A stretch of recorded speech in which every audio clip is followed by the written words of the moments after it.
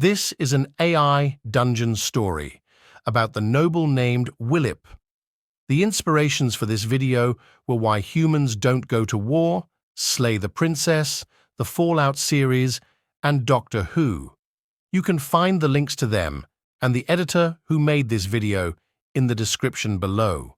You are Whillip, a noble living in the kingdom of Larian. You have a pouch of gold and a small dagger. You are awakened by one of your servants who tells you that your keep is under attack. You look out the window and see a small army of goblins led by a goblin chieftain attacking your keep. You defect to the goblins. After the initial attack, the goblins have taken control of most of the areas of your keep, and you see no other option than to join them. You talk to the goblins. You decide to talk to the goblins, as they are the only ones that will listen to you. You walk up to the goblin chieftain and tell him that you wish to join him. He looks at you and laughs, saying that you are much too small to be a warrior. He then asks if you have magic.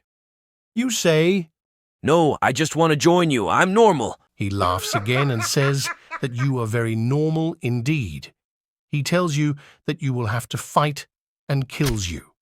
When you revive, you are in a small tunnel filled with small dead bodies. You say, A goblin appears in front of you and says, "Hello, you are now in the Goblin Kingdom. You have been killed and are now a goblin slave." You say, Huzzah! You are then given a goblin sword, a small knife, and a backpack of holding. You are given a new name, Grolic, and are sent on a mission to sabotage the army of King Marus. You embark on a journey westward with your goblin compatriots to slay King Marus and his harlot of a wife, Queen Caligula. After traveling a long time, you come across an old man that is clearly a wizard. He asks you what mission you are on. You tell him, "We are on a mission to kill the king and queen. Will you join us on our quest to kill the king fair wizardman?"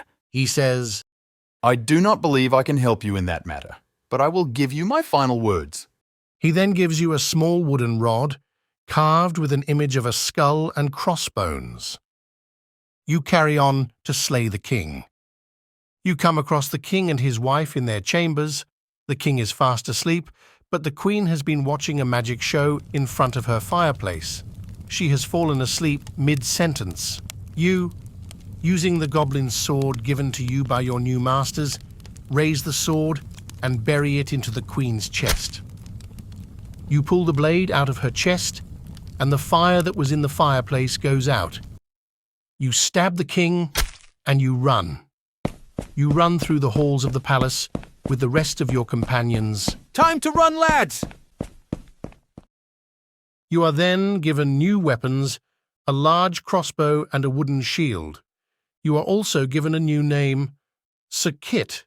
You dig a tunnel to the dwarves. The dwarves guard their mine entrance with large spears.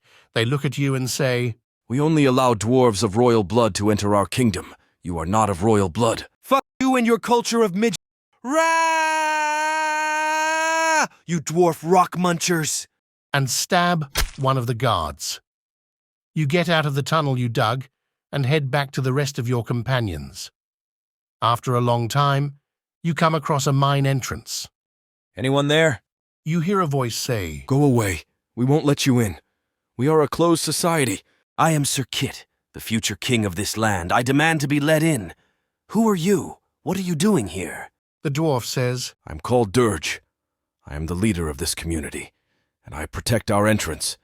If you do not leave, I will shoot you with my crossbow. I'm an accepted member of the goblins after I killed the king and queen. My name is Sir Kit, and if you try and hurt me, you will start a war between the dwarves and goblins. I understand why you have defected, but that was a long time ago. We have made peace with the kingdom of Larian. Why would we start a war with them again? Help us, and you rock munchers may live when we come to power. The kingdom of Larian is in chaos, and there will be no one that can help you if you resist." "I will consult my people on this matter. We will get back to you." "I'll give you a day. Tell all the other dwarves of my demands. Dig for us and support my bid for being king, and you will have peace with the goblins." I will get back to you by the end of the day. You spend the day with the rest of your companions. They are clearly on your side. You go to dirge for the response of the dwarves. When you arrive at the mine entrance, you see a group of dwarves with small metal shields and spurs. They are clearly preparing for battle. You walk up to them alone. So it's come down to this, has it, Sir Kit? It has. Well, I will let my people decide if they will support you or not, but it won't be pleasant for you if you are opposed. I gave you the day to decide. Is it war with Larian or war with me? I'm very sorry about this, but you left us no choice, Sir Kit. You will have to fight us all, the dwarves. You have your people come and storm the mines. You have the entire mine entrance filled with crossbowmen. Your archers line the walkways, and your swordsmen wait at the bottom of the mine entrance. You take a deep breath and wait. You fill the mine entrances, suffocate them. You slaughter the crossbowmen that tried to defend. You kill the dwarves by the hundreds, but you have your archers kill their hundreds. You make sure every dwarf dies and leave. You are a bloodthirsty savage that has just slaughtered his way through the dwarves. You feel great pride in yourself. You feel like a king among your people. You begin searching the elvish forests for magic that will let you manipulate DNA. You come across a small camp filled with elves. There are a couple of dozen elves here. They look ragged and worn out. You walk up to the elves and talk. They immediately respond to your presence, and they approach you with questions. They ask you what you are, what you want, and what army you serve. I am Sir Kit. I am a hero to the goblins. I am in search of a magic or virus that can manipulate DNA. I want one race and one people, so that there will be unity across species. I thought my search should start here. The elves seem a bit skeptical about your story, but they don't find it unbelievable. They invite you to stay for dinner, and you accept. You eat with them, and they ask you questions about the goblins. You talk about them for hours. You get to know the elves, and they get to know you. You press them about the magic you search for. The elves talk about their magic, and they show you some of it. It is indeed a powerful magic. They say that the magic comes from the dreams of their ancestors, and they say that the magic is very advanced. Can you change life with your magic? Manipulate it? The elves seem excited by the prospect of being able to do something with their magic. They say that they can make a virus that can manipulate DNA. You send letter to the goblins to capture the elves and force them to make the virus. You go back to the goblins' tunnels, and you tell your lieutenants to capture the elves and bring them to the tunnels. You have them brought into the tunnels, and you have them bound.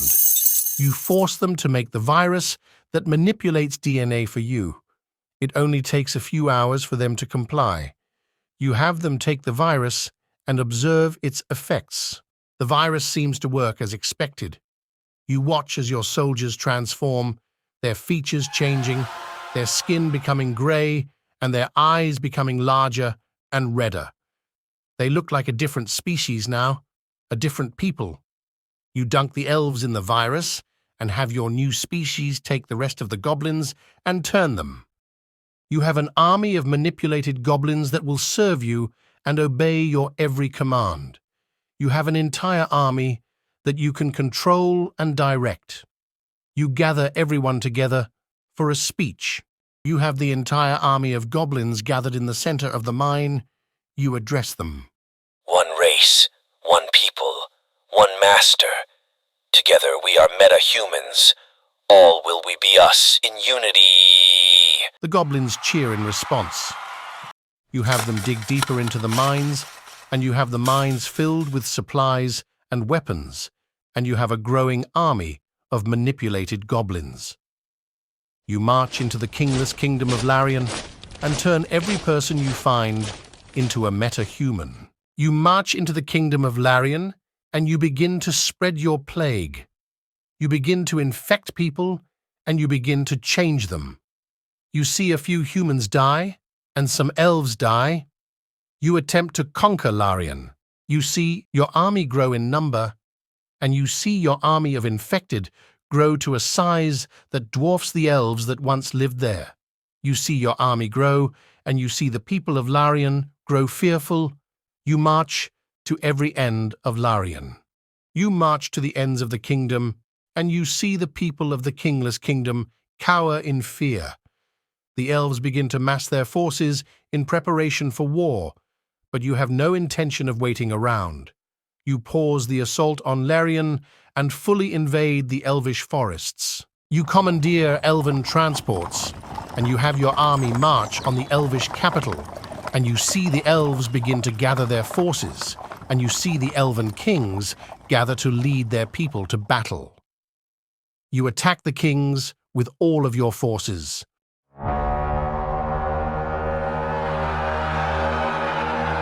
You attack the elven kings with your army. You see a few of your forces kill the elven kings. You see the rest of your army kill the rest of the elves. You have no more use for them. You turn the elves into meta-humans. You have the elves of the kingless kingdom turned into your bloodthirsty new species. You see them march with you through the forest.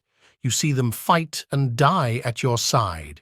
You conquer the rest of Larian and infect everything, even plant life, with the virus. You have the virus unleashed on every living creature, and you see the results. You see the population of every living thing reduced by almost half. You plan on where to conquer next, the lands of orcs and ogres, or the land of titans. You decide that the land of ogres and ors will be your next target. You want to reduce the number of living creatures on this world, and you want to see it purified of non-humans. You walk into the orc land and tell them to accept unity or all die. The orcs cheer. They are happy to unite under your rule. They are happy to die. You have your army of manipulated goblins, trolls, and orcs. You with all your forces face your biggest threat. Tell the Titans to take the virus by choice or force. You sit in the seat of power among the Titans, and you see that they will not cooperate. You see your forces become stronger and stronger, and the Titans becoming weaker and weaker. You fight not only the Titans, but their land. Convert everything into meta-humans with the virus. You order your forces to invade the land of the Titans, and you see them reduced to a fraction of their former size. The battle rages on for years, but in the end, you have won. You convert the earth in true unity! You have your army, and you see the true strength of the army you have created. You have no more use for the Titans. You have no more use for the gods. You are the master of the world. You decide you need more. You conquer the sun! You commandeer the sun itself. You see your army, and you see the sun's light fill the entire world. You have all of reality filled with your bloodthirsty army. You need more. Conquer the stars above and convert them in the name of unity. You commandeer a spaceship and travel to the stars. You have your army with you, and you watch as your army watches you. They do as you say.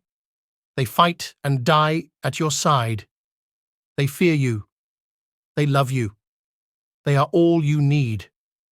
You are the master of the universe. This is your story, your war story. You destroy all the stars of the universe so that all will entropy in beautiful unity. You watch as your beautiful universe becomes a swirling ball of dust, and you see all of reality gone from existence. You remain. You are the master of all. You have no more need of physical reality. You can create new universes where you will have no need for the struggle between good and evil, between life and death. You create a new universe with one race. They will do all that came before, but as one, in unity.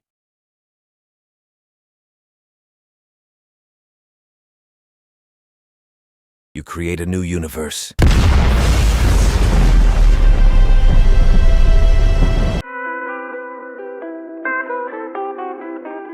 This was a story about the noble Whillip. Please subscribe if you'd like to see more infrequent and sporadic uploads.